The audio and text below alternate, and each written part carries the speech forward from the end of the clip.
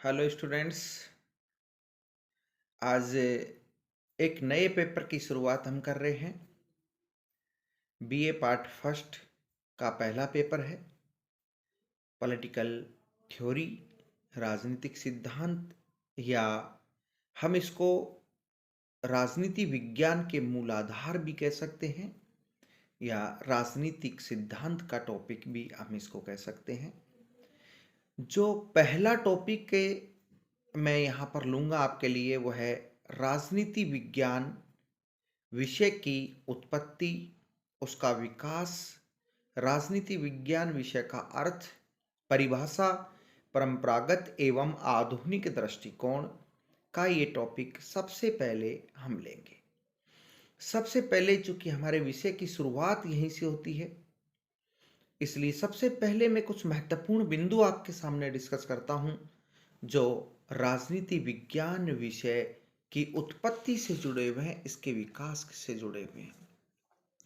राजनीति विज्ञान विषय की उत्पत्ति 3री शताब्दी ईसा पूर्व में प्राचीन यूनान से हुई है। राजनीति विज्ञान विषय की उत्पत्ति 3री शताब्दी ईसा पूर्व में प्राचीन यूनान से हुई है। हम ऐसा इसलिए मानते हैं क्योंकि राजनीति विज्ञान विषय के जो जनक हैं वो प्राचीन यूनान के प्रसिद्ध दार्शनिक अरस्तु माने जाते हैं। और प्राचीन यूनान के जो प्रसिद्ध दार्शनिक अरस्तु हैं उनका जो कार्यकाल है या उनका जो जीवन काल है वो तीसरी चौथी शताब्दी ईसा पूर्व का ही रहा है। अतः उसी समय राजनीति विज्ञान विषय की उत्पत्ति हुई और राजनीति विज्ञान के जनक यूनान के या प्राचीन यूनान के महान दार्शनिक अरस्तु माने जाते हैं। अरस्तु ने एक प्रसिद्ध पुस्तक लिखी जिसका नाम है पॉलिटिक्स और अरस्तु ने अपनी इस प्रसिद्ध पुस्तक पॉलिटिक्स में ही राजनीति विज्ञान विषय की उत्पत्ति की है। राजनीति विज्ञान विषय की उत्पत्ति की है। अरस्तु की पुस्तक का नाम पॉलिटिक्स है। अंग्रेजी भाषा में पॉलिटिक्स जो शब्द है उसकी उत्पत्ति यूनानी भाषा के पोलिस शब्द से हुई है। पॉलिटिक्स शब्द की उत्पत्ति यूनानी भाषा के पोलिस शब्द से हुई है और पोलिस का शाब्दिक अर्थ होता है नगर राज्य। पोलिस का शाब्दिक अर्थ होता है नगर राज्य। यहाँ पॉलिटिक्स या पोलिस का जो अर्थ लिया गया है यूनानी भाषा में वो नगर राज्यों से लिया गया है, क्योंकि अरस्तु ने अपनी इस पुस्तक में प्राचीन यूनान के दो महान नगर राज्यों एथेंस एवं स्पार्टा की व्यवस्थाओं का अध्ययन किया था। वहाँ की शासन व्यवस्थाओं का, वहाँ के क्रियाकलापों का अध्ययन किया था, इसलिए इसका शाब्दिक अर्थ नगर राज्य से निकाला गया। राजनीति शब्द का पहली बार प्रयोग अरस्तु ने किया। पॉलिटिक्स को हम आज राजनीति कहते हैं और पॉलिटिक्स शब्द या राजनीति शब्द का पहली बार प्रयोग अरस्तु ने किया।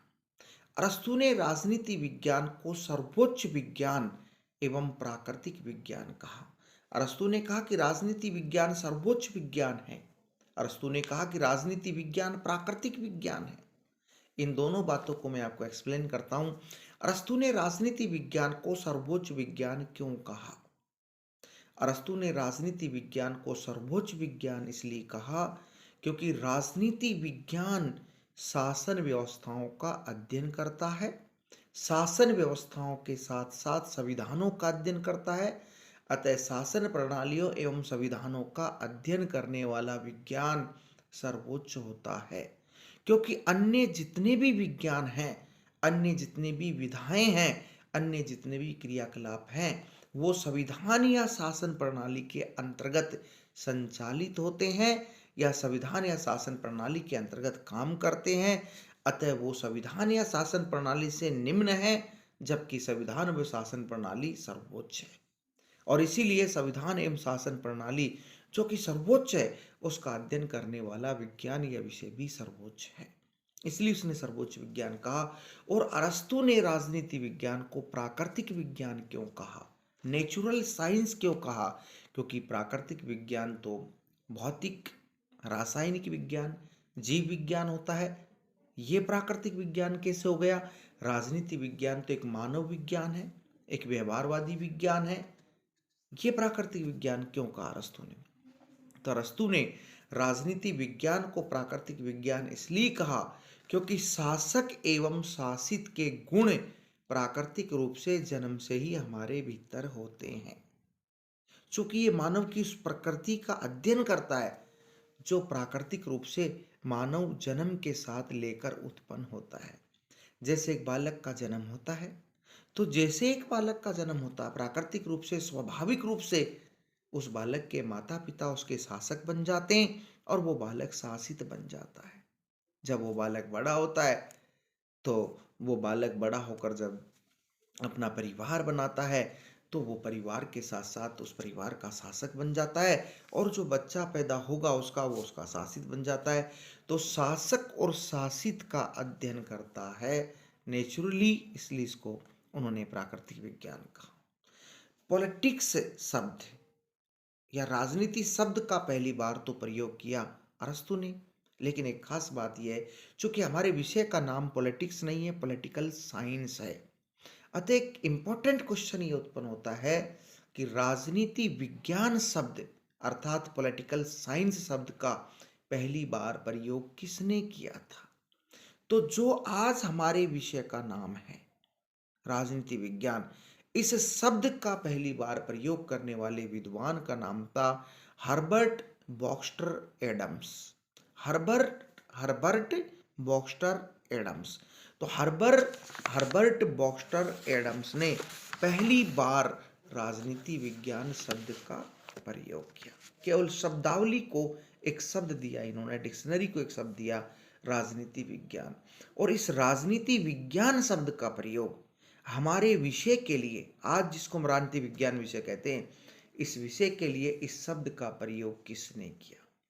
तो राजनीति विज्ञान विषय के लिए राजनीति विज्ञान शब्द का प्रयोग जिन दो विद्वानों ने किया, अर्थात इसका नामकरण जिन दो विद्वानों ने किया, उनका नाम है विलियम गॉडविन तथा मेरी वॉलस्टोनेक्राफ्ट। विलियम गॉडविन एवं मेरी वॉलस्टोनेक्राफ्ट ने राजनीति विज्ञान विषय को राजनीति विज्ञान का नाम दिया। राजनीति विज्ञान का नाम दिया। राजनीति विज्ञान के जनक अरस्तु हैं। प्रथम राजनीतिक वैज्ञानिक भी अरस्तु को माना जाता है। प्रथम राजनीति वैज्ञानिक भी अरस्तु को माना जाता है, लेकिन राजनीति विज्ञान में दर्शन की शुरुआत अरस्तु के गुरु प्लेटो से होती है। अतः राजनीतिक दर्शन या चिंतन के प्रतिपादक प्लेटो हैं। प्लेटो को प्रथम राजनीतिक दार्शनिक माना जाता है।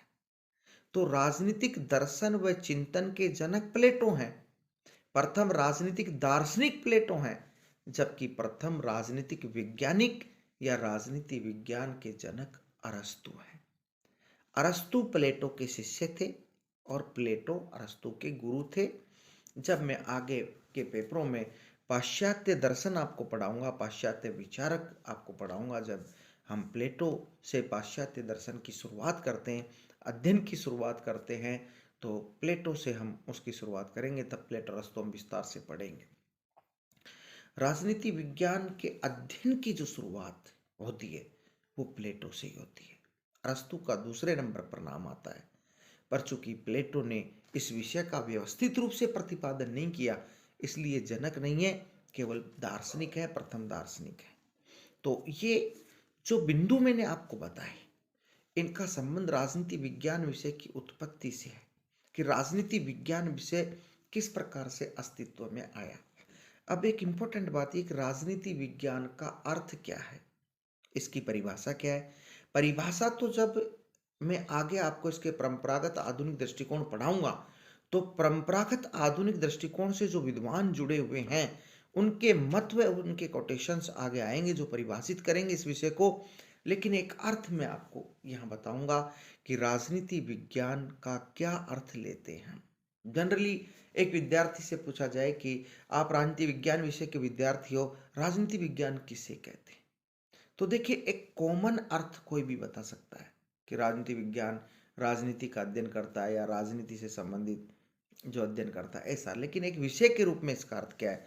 तो एक विषय के रूप में हम इसका अर्थ इस तरह से लेते हैं, राजनीति विज्ञान विषय समाज विज्ञान का वह अंग है जिसके अंतर्गत मानवीय जीवन के संपूर्ण राजनीतिक पक्ष का एवं व्यवहार का तथा इससे जुड़ी हुई संस्थाओं का, प्रक्रियाओं का एवं व्यवस्थाओं का अध्ययन किया जाता है। तो इसका जो अर्थ हम लेते हैं वो इस तरह से लेते हैं कि राजनीति विज्ञान विषय समाज विज्ञान का वह अंग है जिसके अंतर्गत मानवीय जीवन के संपूर्ण राजनीतिक पक्ष का तथा इससे जुड़ी हुई संस्थाओं का, प्रक्रियाओं का, व्यवस्थाओं का एवं व्यवहार का अध्ययन किया जाता है। उस विषय को हम राजनीति विज्ञान विषय कहते हैं। राजनीति विज्ञान विषय इसको हम कहते हैं। तो ये राजनीति विज्ञान विषय का अर्थ हुआ और इसकी उत्पत्ति या विकास की जो बातें हुई। अब हम देखते हैं कि राजनीति विज्ञान जो विषय है उसका जो अध्ययन होता है उसके दो दृष्टिकोण हैं। राजनीति विज्ञान विषय के अध्ययन के दो दृष्टिकोण हैं या दो उपागम हैं। एक पहला उपागम है परंपरागत दृष्टिकोण। राजनीति विज्ञान विषय का परंपरागत दृष्टिकोण, क्लासिकल अप्रोच, और एक है आधुनिक दृष्टिकोण। आधुनिक दृष्टिकोण, परंपरागत दृष्टिकोण, आधुनिक दृष्टिकोण। यहाँ पर आधुनिक दृष्टिकोण जो है उसको व्यवहारवादी दृष्टिकोण भी कहा जाता है। तो राजनीति विज्ञान विषय का जो अध्ययन है, अध्ययन के दो दृष्टिकोण हैं, परंपरागत एवं आधुनिक दृष्टिकोण। और इन दोनों दृष्टिकोणों को मैं अलग अलग समझाऊंगा कि राजनीति विज्ञान विषय के परंपरागत दृष्टिकोण में क्या आता है और आधुनिक दृष्टिकोण में क्या आता है। इन दोनों को अलग अलग समझाऊंगा। तो हम राजनीति विज्ञान विषय का जो दृष्टिकोण लेंगे उसकी शुरुआत मैं अगले वीडियो से करूंगा।